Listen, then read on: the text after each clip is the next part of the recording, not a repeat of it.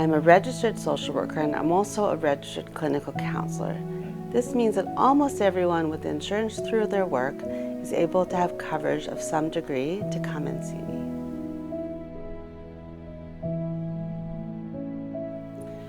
I have my bachelor's degree in social work and my master's in social work. Being a social worker by trade is highly important to me, to my sense of identity and to my values. When I entered the School of Social Work at UBC, I didn't actually know that social workers could be practicing therapists. I didn't even understand what social work was, so I actually became very lucky.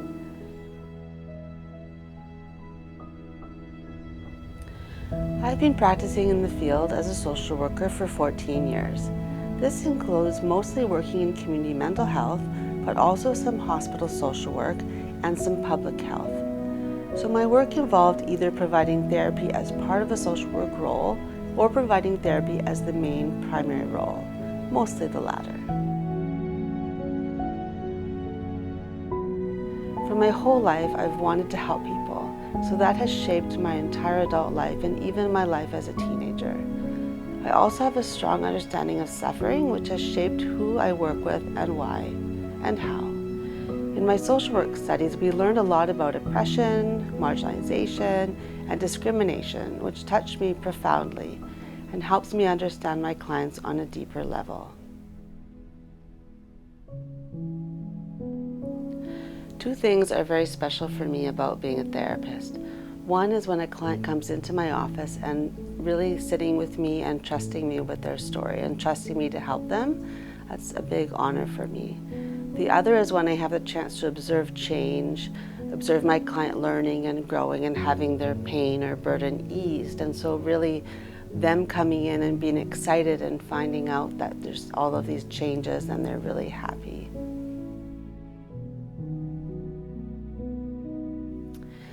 I practice some cognitive therapies, which basically work on how we think about our experiences in order to improve our lives.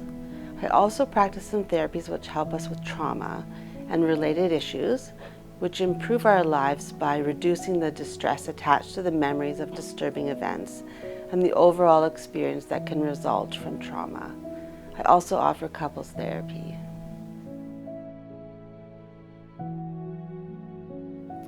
I work with clients with many different challenges. So this can include depression, anxiety, many kinds of trauma such as car accidents, abuse and assault, childhood trauma, vicarious trauma, trauma from being a first responder, and couples facing a variety of issues as well.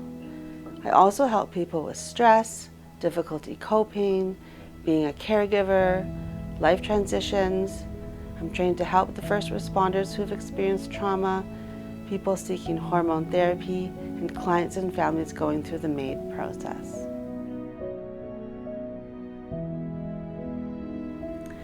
Your problems warrant counseling if you feel that they do. I've never had someone come into the office who didn't need to be there or who couldn't benefit from support. When you need help to do one of the following things, reduce emotional pain, engage in problem solving and decision making, address bad memories or intrusive thoughts, talk to someone about how life is hard, confront trauma, and much more, I'm here to help. And trauma is very relative and struggles are relative. So one person may manage well while someone else has more trouble. And that's all okay. I'm here if you need help. Some people ask me if their trauma counts. Well, trauma is relative. If something feels like a trauma, then it is. If it's hard for you to think about or to relive, then it's real and it does count.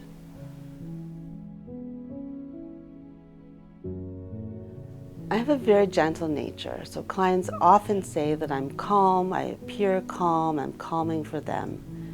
In addition to the types of therapy that I have learned, I've also been working for those 14 years in the field. And so I'm able to take all of the tools that I've learned and apply them as I see fit. This allows the sessions to be very rich in ideas.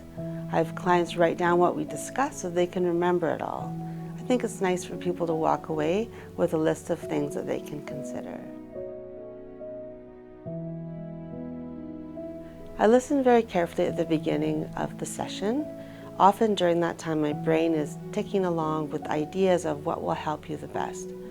I will have reviewed my notes so that I'm prepared for your session. I like to present ideas and see how they land. But you are the boss. If something's not working, I can offer other tools.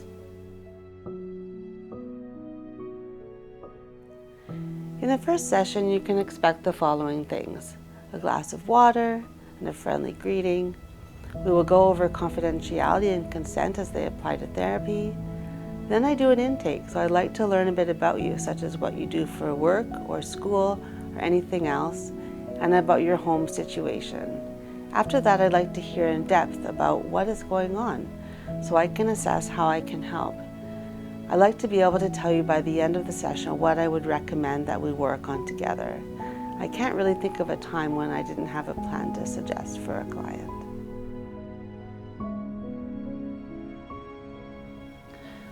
I listen very carefully to every story in order to decide the best fit. If a tool helped you in the past, in previous therapy, I may seek to enhance what you already learned in order to avoid reinventing the wheel. So we build on success and we build on your strengths. But I may suggest something new depending on your needs. I also have about 14 years of experience in the field, so I have many other strategies and ideas and tricks and tools that will be new for you and that I've found to be very effective with other clients.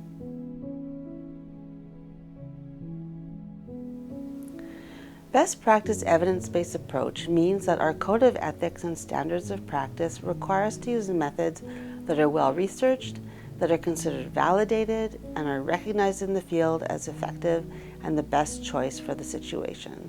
So when I'm practicing my therapy, I'm always looking to the best evidence-based approach when I'm selecting a tool. When I work with clients, I feel very privileged to hear them say that they feel a lot better, that their trauma is resolved or much more manageable, that their feelings of anxiety, depression have improved, that they are coping better, they know how to cope, and so much more. This is what I get to see on a regular basis. And hearing these things are pretty wonderful.